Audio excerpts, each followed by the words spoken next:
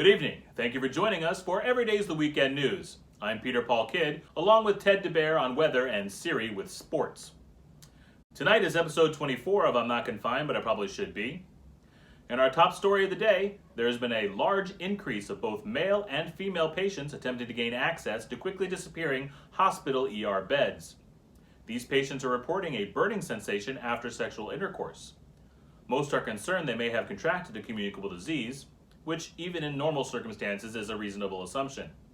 However, they almost uniformly are stating that they have been very careful using protections and taking extra steps to sterilize themselves and their various equipment.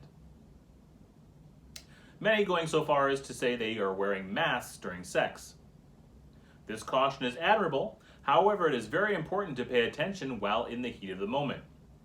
State agencies are recommending using sanitizer when making skin-to-skin contact with any other person, including your sexual partners. That being said, health officials are encouraging everyone to read labels carefully, and while in the throes of passion, do not confuse your bottle of sanitizer for your bottle of lube. The Confederate flag has been a flashpoint of controversy lately, with self-ascribed history-minded individuals at odds with those trying to remove the symbols of racism that permeate the nation. Ross and Betsy Fabrics, a local textile design firm, has devised a solution. They've designed 3 derivative flags for those who wish to honor the history of the rebel flag without being caught up in the unpleasant racism debate. They have created this solid red flag, this blue X flag on white, and this flag with white stars on a field of white.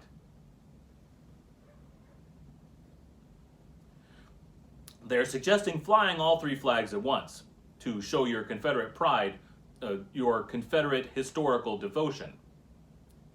If that isn't right for you, they have also created this new flag out of all the elements of the others, which should be very easy to display with no controversy. You can visit their shop on the corner of Lincoln Road and Dixie Highway, or at rossbetsyfab.com. When we return from break, a yearly tradition is canceled, and Teddy with weather. We're in a difficult time, and staying home seems like the best option for staying safe. Sometimes that's true. But 1 in 5 emergency room visits are from accidents in the home. I'm completely safe in my house. Oh!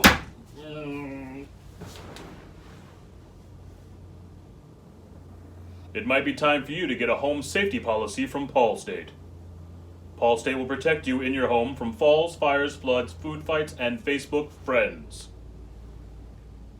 You may never know how much protection you need until it's too late.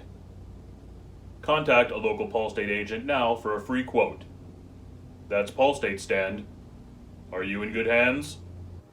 Can I get your card? No. I'm just a spokesperson. Like a good neighbor, Paul State is there. Bum bum bum bum bum bum.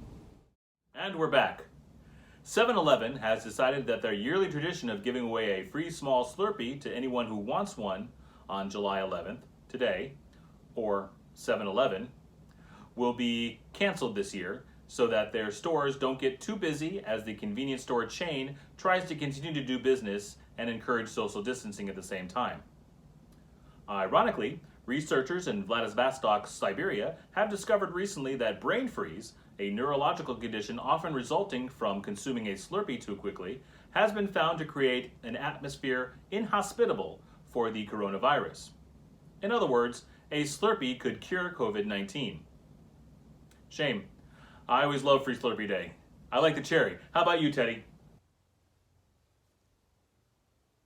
Of course, you're a Coca-Cola bear. That only makes sense. Websites devoted to bondage, domination, and sadomasochism, or BDSM, have seen a marked increase in traffic this month as search optimization and autofill tools try to catch up to popular trends.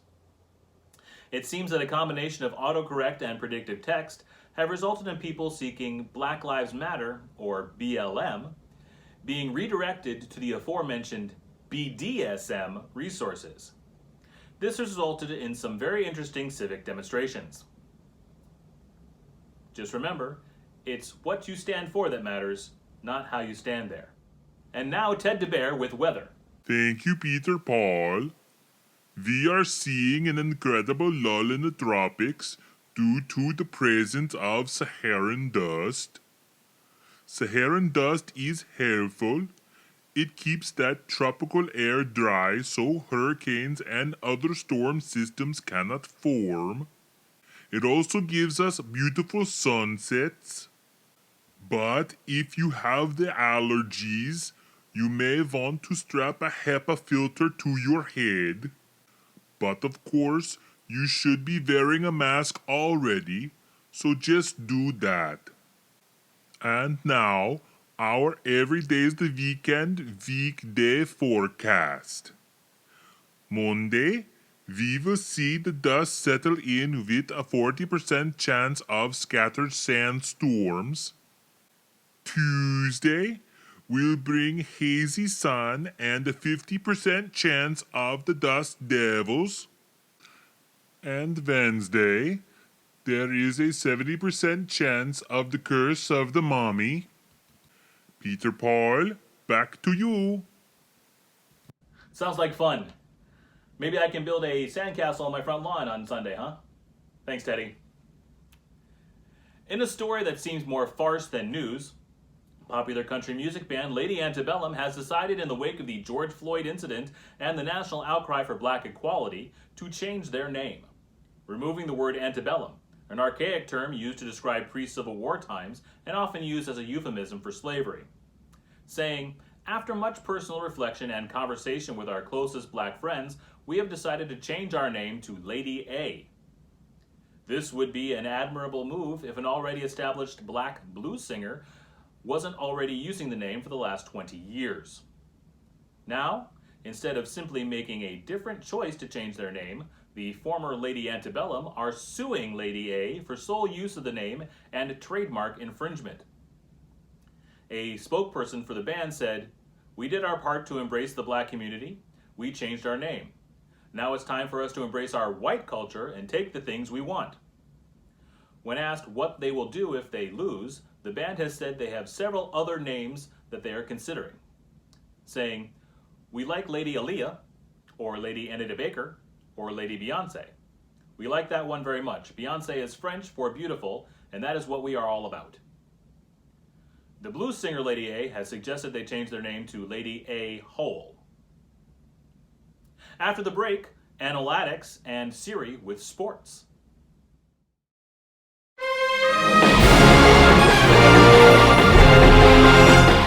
You're a good cop, but this Savio thing is making you reckless. That's why I'm giving you a new partner. Come on, Captain. This isn't a debate. You know Savio kills every partner you give me. Stop being paranoid. Now get the hell out of my office. He's in the hall. Great. A rookie. Come on, Rook. And hey, why don't you put on something a little less conspicuous? I said something less conspicuous, not glow in the dark.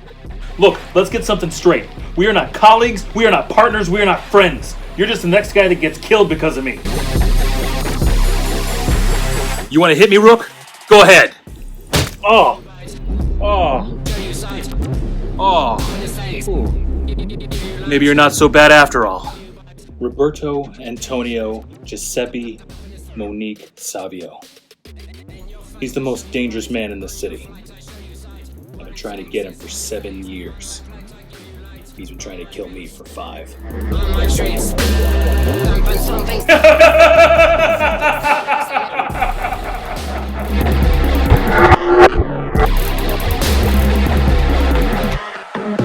You remember this?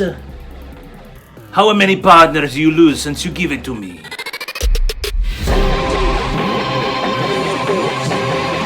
You're off the case. Where the hell do you think you're going? I'm going to get my partner.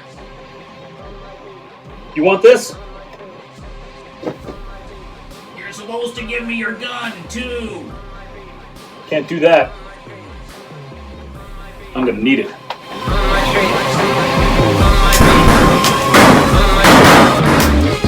Ready or not, here I come.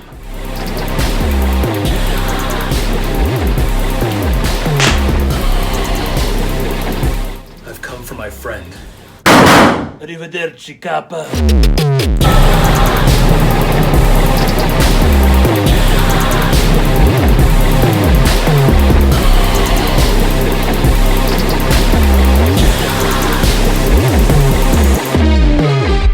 What do you mean you don't like donuts? Alright, I'm back to not liking you again. Welcome back. Authorities in Tennessee were quoted last week encouraging people not to flush their methamphetamine down the toilet as it would create meth gators. This has been said to have been speculative humor and not a real possibility. However, apparently coke boars are. Roving packs of cocaine-addicted boars have been traveling across North America and Europe. Commonly consisting of 30 to 40 animals, these packs of feral pigs wander the forests and fields looking for stashes of plants being grown covertly by drug dealers. Drug agencies report the hogs are remarkably good finding the hidden caches due to the incredible intelligence and scent capabilities of pigs. A single feral pig can detect a cocaine crop from as far away as 7 miles, and a team of them working together can defeat many security measures. Criminals are obviously not reporting these losses to authorities. However, police have seen the after effects of ransacked gardens following a raid by the boars. Undercover police in Italy were able to hear the aftermath of one such raid via a tapped phone line. Every Day's the Weekend News has acquired the phone recording. What happened to the cocaine? It was eaten. What do you mean it was eaten? The pigs came and they ate it. What? A bunch of pigs came and ate it, boss. You tell me that the pig broke into our hidden grow house and ate all of the cocaine? See? What about the electric fence? They turned it off. How? They found the power box and knocked it over. How much did we lose? About the $22,000 worth. I guess I'm coming over for a $22,000 bacon, lettuce, and tomato sandwich then. How many of them did you kill? Oh, come on, boss. They're just cute little piggies. I couldn't shoot them. Sei pazzo, idiota! In related animal addiction news, it appears that hallucinogenic frogs have begun licking each other. At first, researchers thought this was mating behavior, but when it didn't result in any sort of copulation, they began seeking alternate theories. Leading experts now assert that the frogs are getting high. Tripping toads, as they're being referred to, develop an addiction, possibly by accidentally grazing another toad with their tongue while trying to snare food. They are nearly immediately addicted and chase from one high to the next, following their fellow frogs and licking whenever their high wears off. There doesn't seem to be any deleterious effect on the licked frog, but tripping toads tend to live far shorter lives, mostly because they think predators are friends coming over to sit in the back of their van and listen to the Grateful Dead. And now Siri with sports. Thank you, Peter Paul. As seasonal allergy season is coming to a close, we are learning the effect allergic reactions such as sneezing, coughing, and runny nose have on disease transmission. In response to that, UNLV has converted their Allegiant Field from real grass to AstroTurf. The new name will be UNLV, Hypoallergent Field. While other sports are opting for completely crowdless games, it seems the Kentucky Derby, which has been rescheduled for September, has made the early decision to allow limited crowds, along with owners and their guests. Churchill Downs will be allowing a limited number of ticket holders to attend the event. The percentage of seats on the 60,000-seat track that will be permitted to be occupied has not been determined yet. One reason for this is Derby officials are unsure how much interest there will be in attending.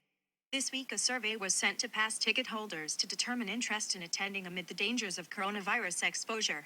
So far, a majority of male respondents have said it is worth it to attend the most exciting 2 minutes in sports, while a majority of female respondents have said, meh, not so much. Major League Baseball throws out their first pitch 1 week from today. Owners are eager to get back to playing despite glaring absences from the dugouts. However, the absences aren't COVID-related. They are psychological. During the last couple weeks of limited practice, several dozen players have had nervous breakdowns from trying so hard to fight their urge to spit on the field.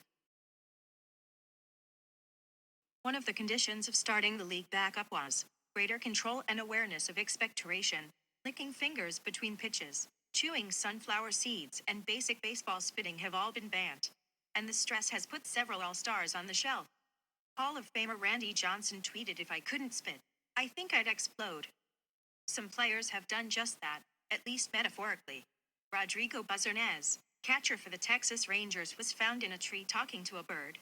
And Chris Clemendo of the Washington Nationals dug a massive hole in his backyard where he put all his furniture and has been living in the hole ever since. Teams have been trying to hire crisis counselors or psychiatrists to sit in the dugout during games, but so far none of them have been willing to sit through a full 9-inning game, claiming that if they were to do so, they would be the ones in need of therapy. Back to you, Peter Paul. Thank you, Siri. And in quasi-sports news, World Wrestling Entertainment, as we covered previously, has been continuing to operate throughout the shutdown as a government-approved essential service. Sadly, they are experiencing a massive amount of COVID infections, with one of their on-air announcers, Kayla Braxton, reporting she has been infected for the second time. According to a tweet from her now deactivated Twitter account, because people online are horrible, she says, "PSA, you can get COVID-19 more than once. I had it back in early March, and then thought I was invincible after I recovered. Not true. Don't be dumb like me." It seems more than 30 performers and crew have now been diagnosed positive for COVID-19. But being showbiz professionals, they have decided the show must go on with whatever talent and staff they have available. And with that in mind, this week's main event has been announced. It will feature 6'5", 265-pound world champion Drew McIntyre, known as the Scottish Psychopath, versus 5'5", 108-pound makeup artist Valentina Costa, known as Valentina. Should be a pretty good match. Good luck to them both. Season 16 of The Bachelorette has begun filming in seclusion. All dates will be socially distanced, with the Bachelorette and her suitors maintaining a 6-foot gap at all meals and at all leisure activities. To provide a good example to those watching at home, there will be no kissing, hand-holding, or hugging allowed. However, intimate relations are being permitted so long as the participants use one of the 4 CDC-approved sexual positions. The entire cast and crew will be quarantined for the duration of filming and will be tested regularly. The producers think that since everyone will be sequestered in one site with no outside travel or visitors, they will be in one of the safest environments in the country. That is why, instead of presenting roses to the contestants the Bachelorette wishes to stay, as in previous years, she will instead present an N95 mask to the person she wants least to stay, indicating that he is to leave the safe compound and rejoin the dangers of society in order to find a potential mate. Ah, the lengths people will go for love. I don't know about you, but if I was quarantined with 25 hot guys, all trying to get past my firewall, the last thing I'd be interested in them finding is love. And finally tonight, we at Everyday's The Weekend News want to talk about privilege. A concept that seems to be toxically infecting our public discourse. Being called privileged is considered an insult by some, and there are those who throw it around in an accusatory manner. Privilege is not intended as, nor should it be used as, an insult. It is a term intended to bring awareness to the idea that some people have advantages others do not.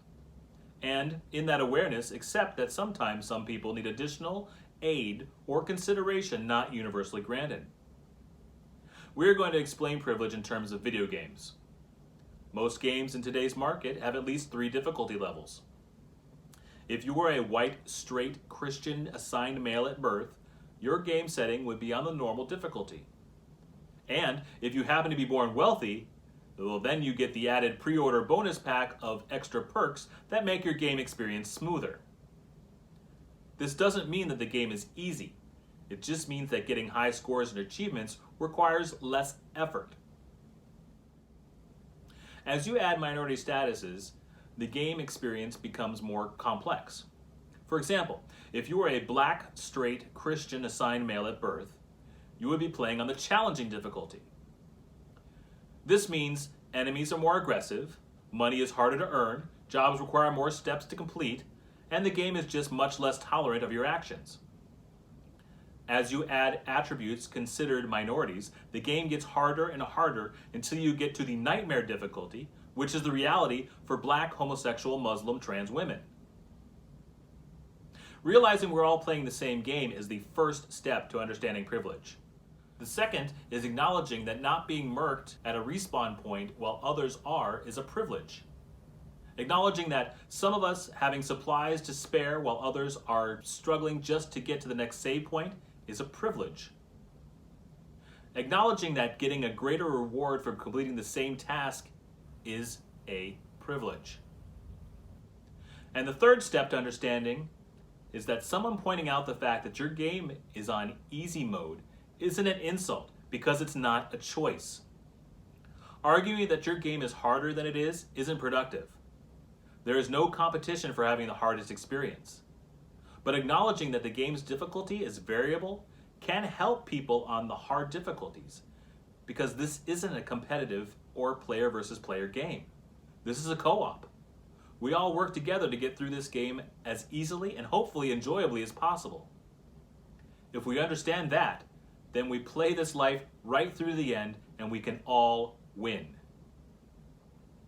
Thank you for joining us. This has been Every Day's the Weekend News. I'm Peter Ball Kid with Ted DeBear and Siri. Please like, share, and subscribe. We'll see you next time, and that's the way it wasn't.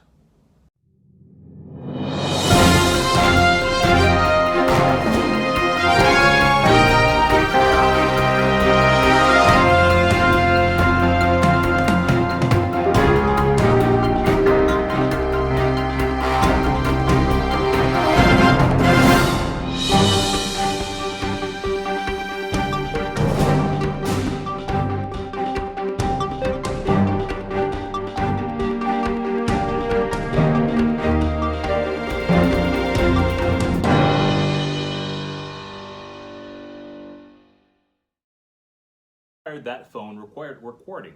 Recording? Recording. Recording. Recording. Recording. Am I having a stroke? Jesus. Most are concerned that they may have contracted a communicable. These patients are.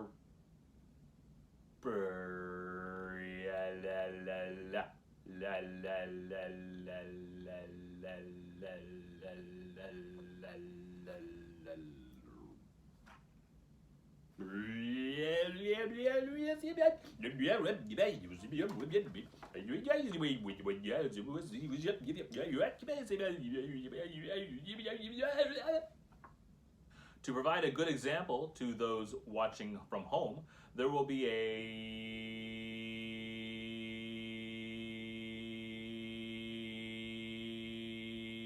damn it. And our top nose story of the day.